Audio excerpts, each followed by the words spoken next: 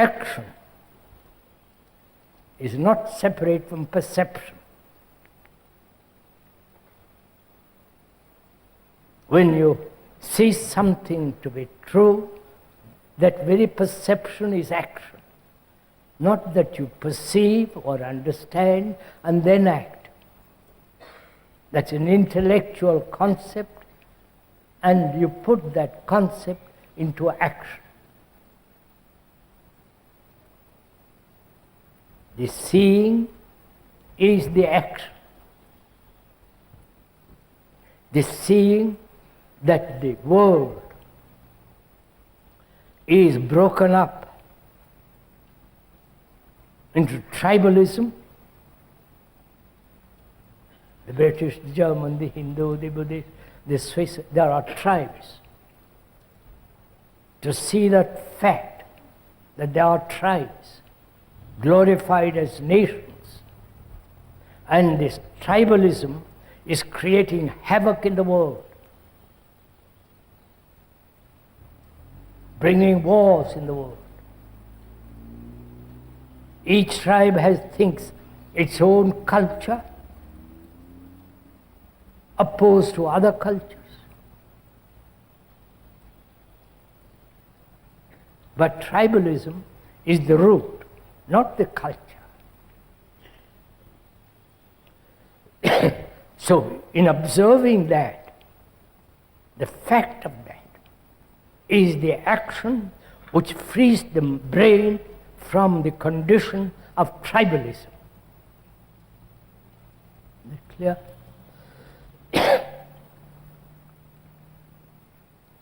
Are we making this clear between ourselves?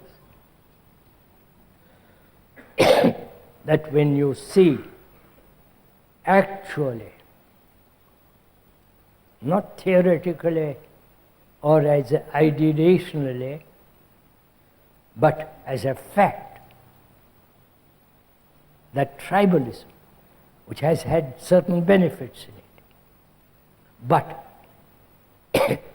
the very fact that it exists as glorified nation is one of the causes of war. That's a fact. There are other causes of war.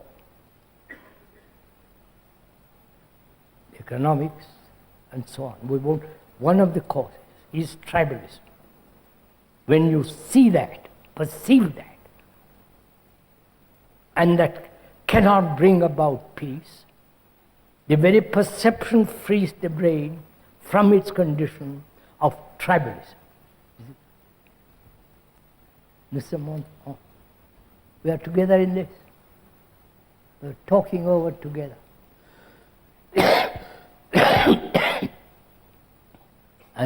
The speaker is not persuading you.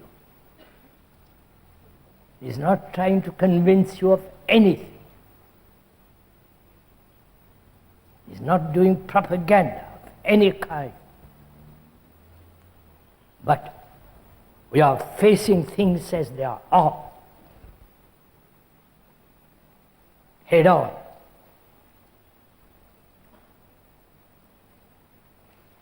And one of the factors of contention throughout the world is religion.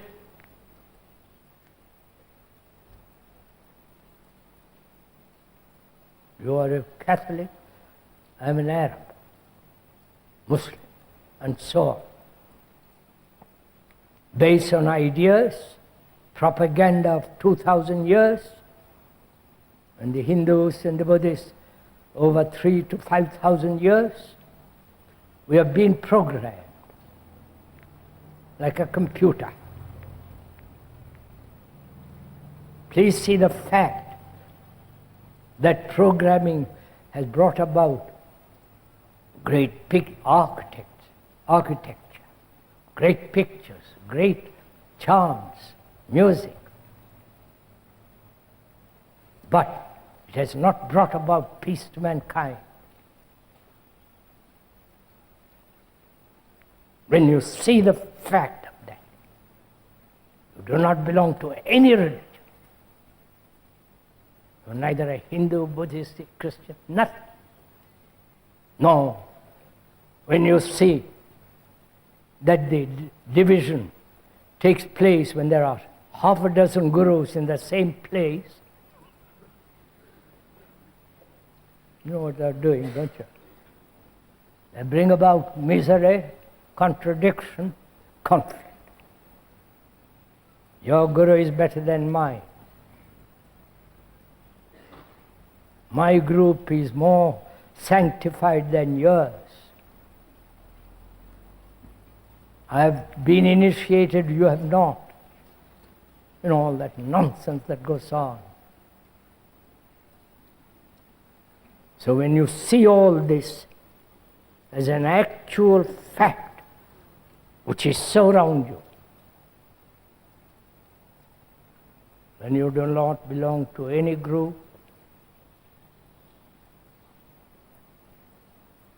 to any guru, to any religion, to any political commitment of ideas. This is very serious. If you really want to, and the urgency to live peacefully, there must be freedom from all this.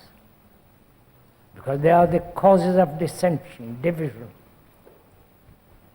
Truth is not yours or mine. It doesn't belong to any church, to any group, to any religion.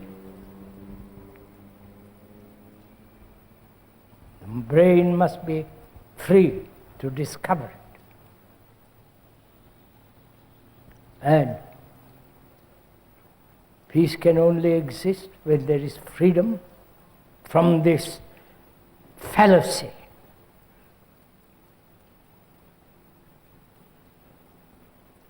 Are we together so far? Even intellectually? You know, for most of us, to be so drastic about things is very difficult. Because we have taken security in things of illusion, in things that are not facts.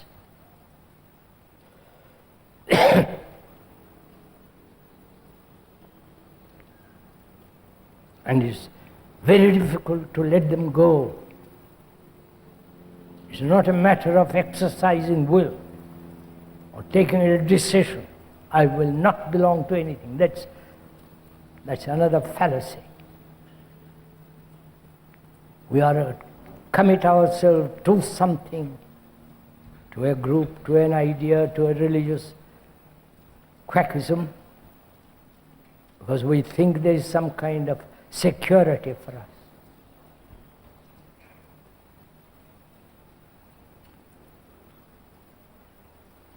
And in all these things there is no security, and therefore there is no peace. The brain must be secure. And the brain, with its thought,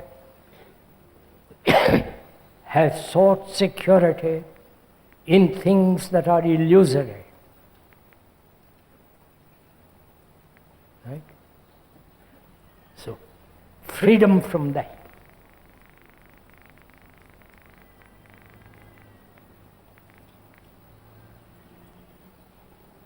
Can you do it?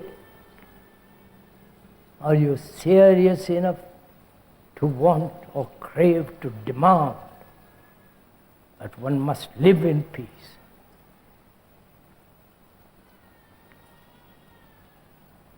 Or only this morning, persuaded perhaps by the speaker, say, yes, I understand all that, but.